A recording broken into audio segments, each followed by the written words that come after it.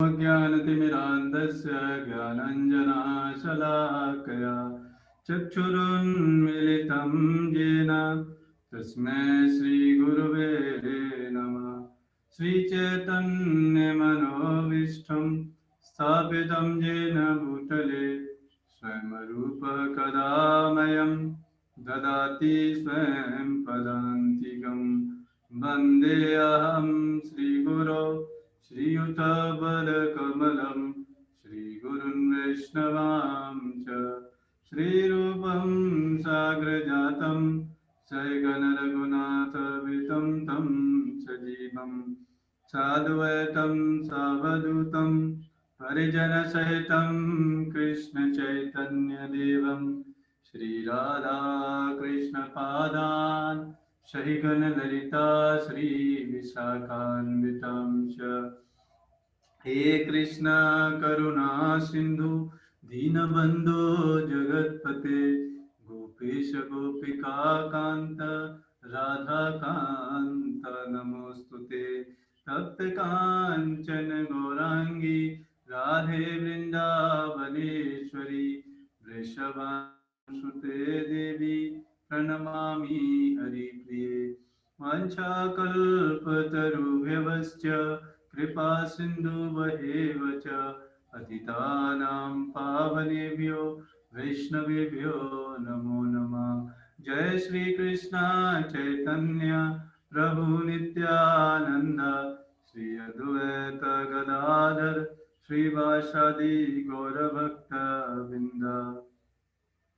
हरे कृष्णा कृष्ण कृष्ण हरे हरे, हरे राम राम राम हरे हरे। हरे कृष्णा। तो आपका हार्दिक स्वागत। और आज हम भगवद गीता के 3rd चैप्टर का 31st वर्ष डिस्कस करेंगे। और इसमें बताया गया, भगवान बता रहे हैं कि कैसे ये जो ज्ञान भगवान दे रहे हैं वो सारे शास्त्रों का सार है। इसलिए ये भगवद गीता का ज्ञान बहुत बहुमूल्य है।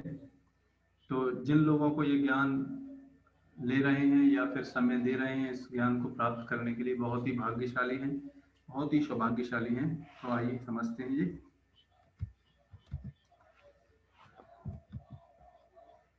भगवान बता रहे हैं, ये ते मतमिदं नित्यम अनुतिष्ठन्ति मानवः श्रद्धावनतो अनशूयन्तो मुच्यन्ते तेऽपि कर्मभिः। भगवान बोल रहे हैं, जो व्यक्ति मेरे आदेशों के अनुसार। अब देखो भगवत गीता क्या है। भगवत गीता भगवान के आदेश हैं। इसलिए भगवान बता रहे सारे आदेश जो भी जरूरत हैं मनुष्य जीवन के लिए, वो सारे आदेश सार रूप में इस भगवत गीता में दिए गए। ये भगवत गीता की महत्वता है। नहीं तो व्यक्ति शास्त्रों को पढ़ते पढ़ते भी शास्त्रों का जो लक्ष्य है वो नहीं समझ पाएगा। लेकिन भगवत गीता में शास्त्रों से क्या समझना है वो भी बताया गया।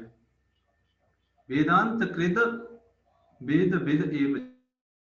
भगवान कृष्ण बोलते हैं भगवत गीता में ही, वेदांत कृत वेद विद एव चाह। मतलब कहने का मतलब भगवान बता रहे हैं कि ये वेदों का जो ज्ञान है उससे मुझको जानना है, भगवान कृष्ण को जानना है। यही उसका प्रयोजन है, यही उसका लक्ष्य है सारे ज्ञान का। अगर इस ज्ञान को समझ कर भी ये नहीं समझ में आए कि भगवान कृष्ण ही सब कुछ है, तो फिर कोई फायदा नहीं हुआ उस ज्ञान को लेने, है कि नहीं।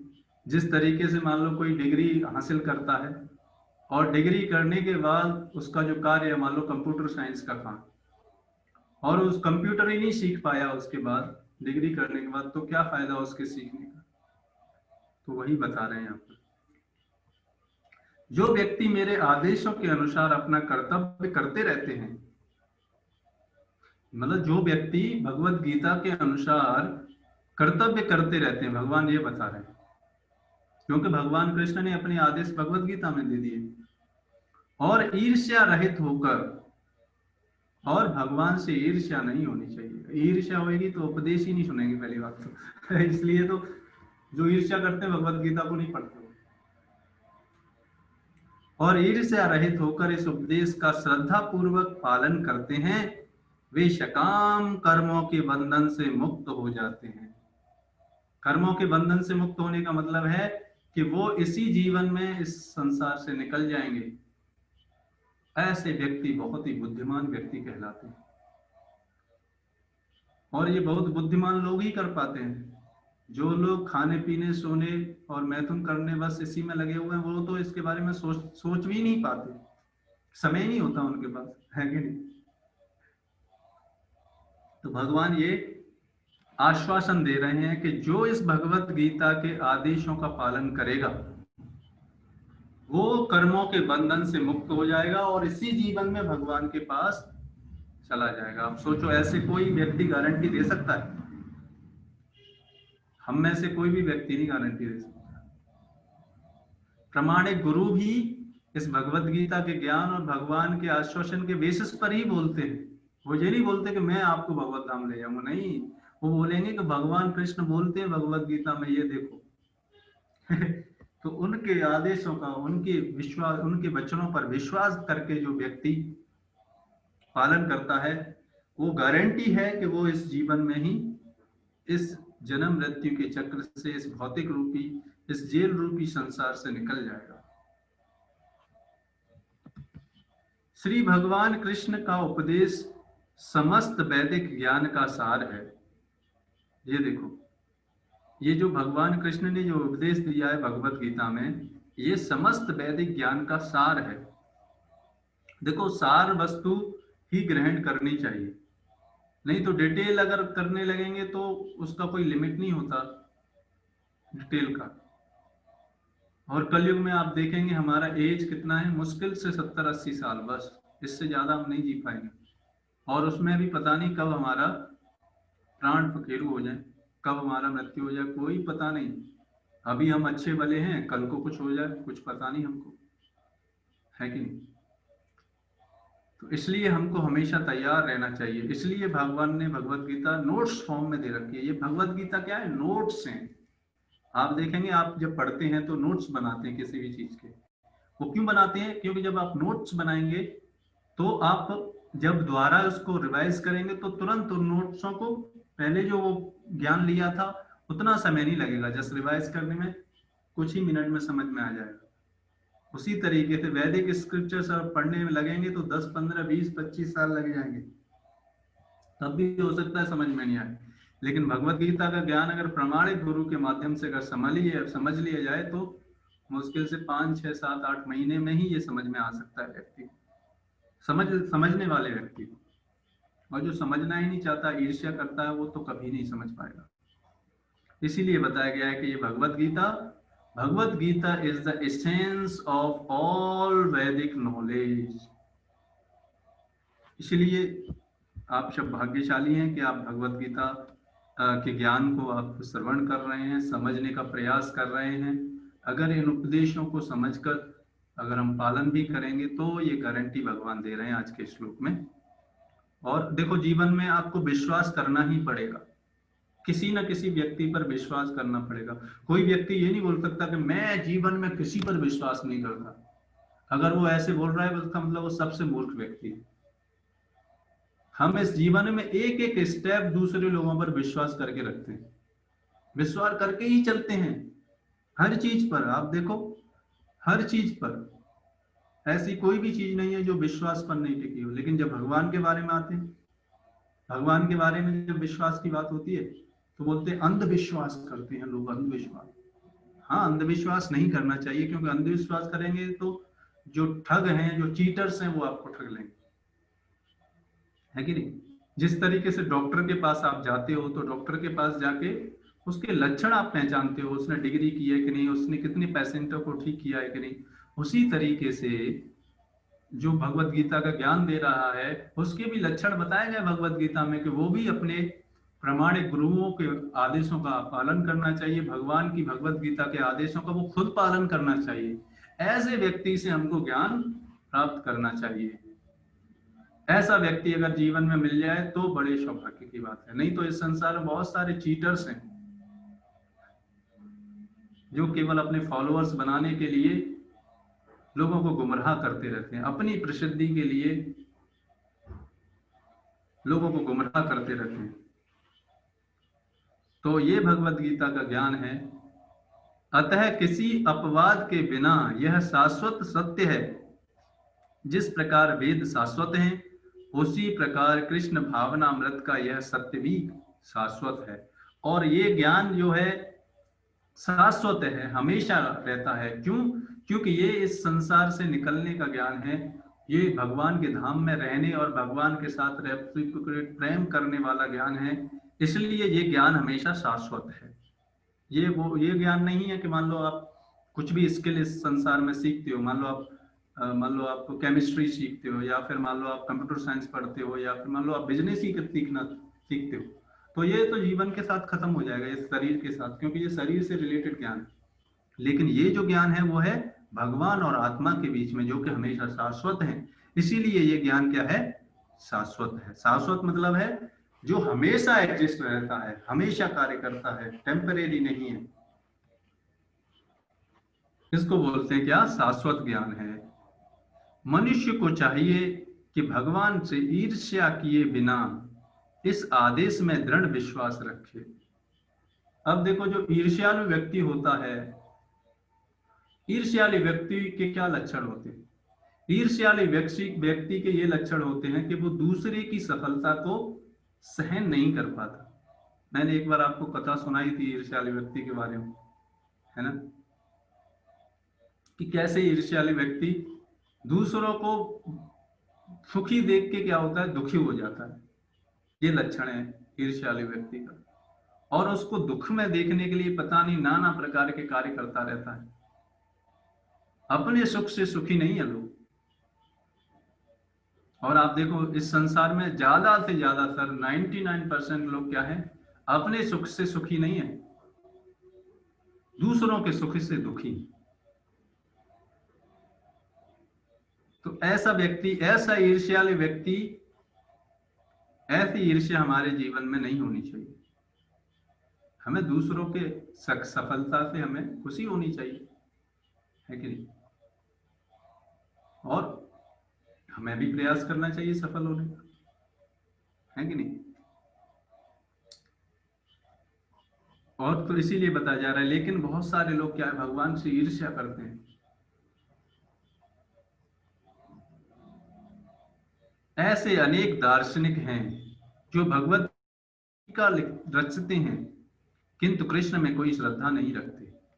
आप देखो भगवत गीता के इतने एडिशन हैं इस संसार में, अब पता नहीं कितने, आप काउंट नहीं कर पाएंगे। 100, 200, 300, हजारों टीकाएं भगवत गीता पर लिखी गई। लेकिन जो लिखने वाला व्यक्ति है उसको भगवान पर ही विश्वास नहीं है, उसे भगवान के स्वरूप पर विश्वास नहीं है। भगवान क्या है, कौन है, उनका ही असली ज्ञान नहीं है। बताओ, तो ऐसा व्यक्ति क्या भगवत गीता पर टीका लिखेगा? इसीलिए आप देखो, भगवत गीता क्या इससे पहले नहीं थी क्या? श्रील प्रभुपाद के लिखने से पहले भगवत गीता, ये कमेंट्री लिखने से पहले क्या भगवत गीता इस संसार में नहीं थी? बहुत सारी भगवत गीता थी। लेकिन क्यों यही वाली Bhagavad Gita as it is आने से इस संसार में रिवॉल्यूशन क्रिएट हो गया, भक्ति का रिवॉल्यूशन क्रिएट हो गया? क्यों? क्योंकि ये भगवान जैसे बोलते हैं वैसे प्रस्तुत की गई है। इसलिए ये इस वाली Bhagavad Gita as it is का, भगवत गीता यथारूप की ये स्पेशलिटी है। किंतु कृष्ण में कोई श्रद्धा नहीं रखते। अगर कृष्ण में ही श्रद्धा नहीं है तो भगवान के बारे में क्या लिख पाएगा वो व्यक्ति, है कि नहीं? मान लो किसी का बेटा है कोई, अब बेटे को अपने पिताजी पर ही विश्वास नहीं है, वो उसी की तो ईर्ष्या करता है, और वो अगर पिताजी के बारे में लिखेगा तो क्या लिखेगा? उल्टा सीधा ही लिखेगा। दूसरा व्यक्ति भी पढ़ेगा तो उसका भी विश्वास हट जाएगा भगवान से। इसलिए आप देखोगे जितने सीरियल्स हैं, टीवी सीरियल्स, इनको देखने से लोग भक्त नहीं बनते, क्योंकि इनको जिन्होंने बनाया है, इनको जिन्होंने डिजाइन किया है वो भक्त नहीं है। उन्होंने अपनी मनोकल्पना भी उसमें डाल दी।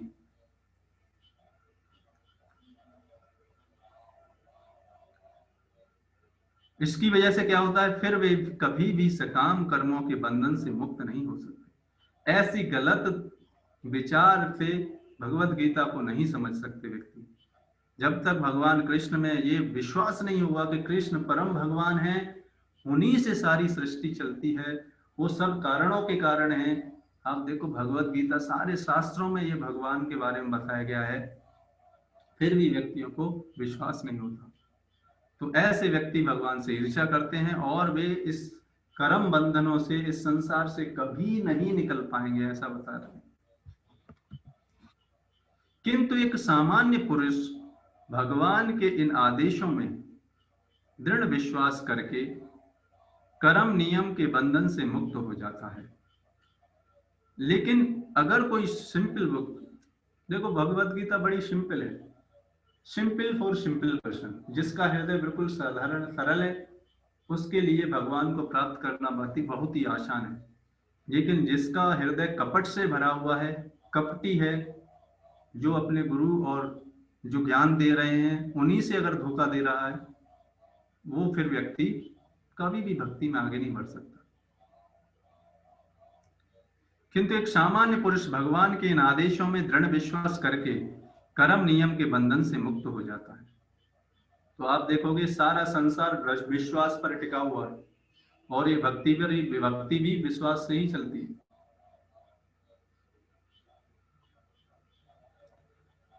नहीं। इसीलिए आप देखो इस भक्ति का पहला स्टेप ही है क्या? श्रद्धा, साधु संत। जब श्रद्धा होती है, विश्वास होता है, तो हम ऐसे साधु संतों का संग करते हैं, उनकी बातों को अपने जीवन में उतारते हैं। इसको बोलते संग। संग लेने का मतलब केवल सुनना नहीं है, या केवल उनके साथ घूमना या बातें करना नहीं है। संग लेने का मतलब है उनकी बातों से प्रभावित होकर उनको अपने जीवन में उतारना। इसको बोलते हैं संग लेना।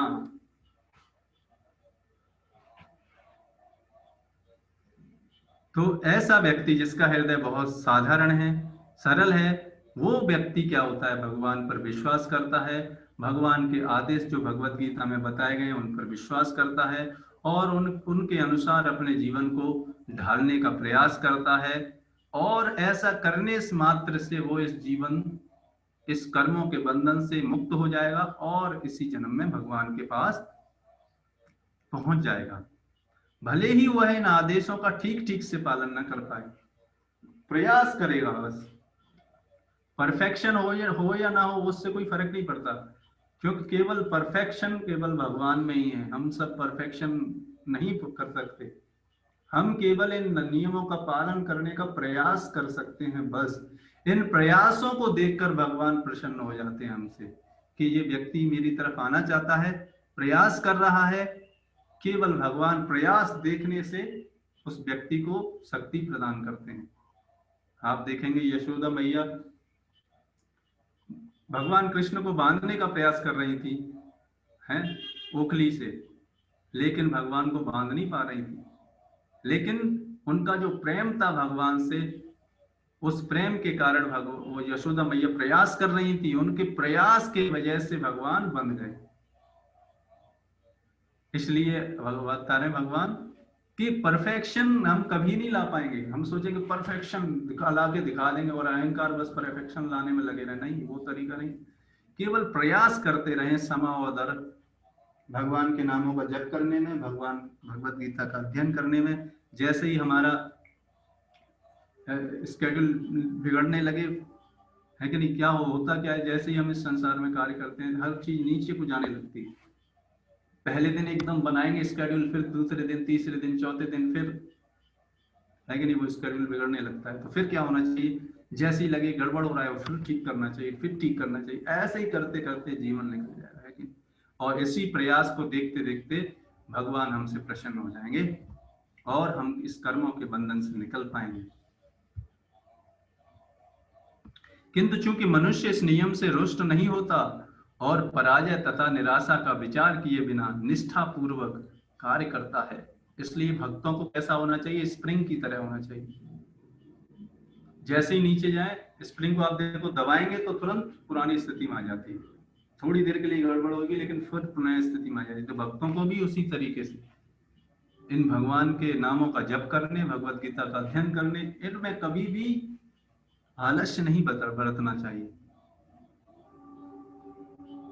अतः वह विशुद्ध कृष्ण भावना मृत को प्राप्त होता है।